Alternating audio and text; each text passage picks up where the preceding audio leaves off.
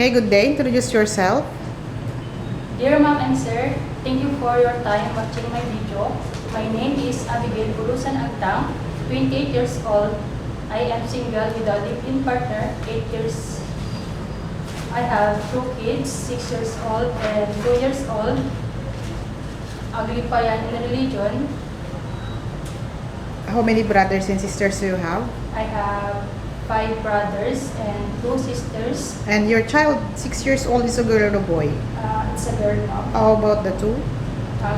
Both girls. Both girls. Okay. So who will look for them if you're going to Hong Kong? I applied to go abroad, Ma'am, because Who will look for your children?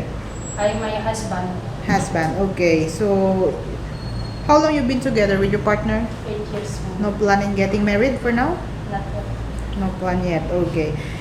What's the reason you want to work in Hong Kong? Just to support my family and especially for my kids. Will you promise not to go home if you feel homesick? Yes, Ma'am. I promise, Ma'am. And I will finish my contract.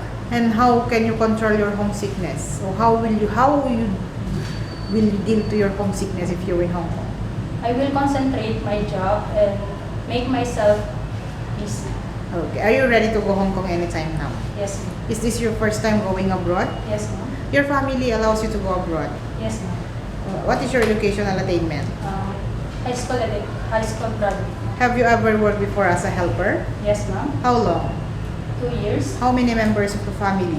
3, Who are the 3 members? 1 adult and 2 kids. Is this your mom or sir, the adult? Ma'am. Okay. Is she a single parent? Yes. Okay. How old the kids? 7 years old and 3 years old. Boys or girls? Girls and boys. Who's the girl here? The 7 years old is boy and the 3 years old is girl. Okay. So what did you do as a helper in the house? I will do some cleaner, washing dishes, washing clothes, and marketing, and taking care of the pets, and most especially the kids. What kind of pet do they have? What kind of pet? Dog. How many dog? One Small or big? small.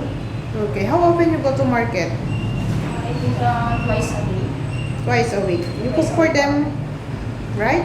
Yes. You cook? Yes, ma'am. What kind of dishes you I prepare? prepare Filipino dishes.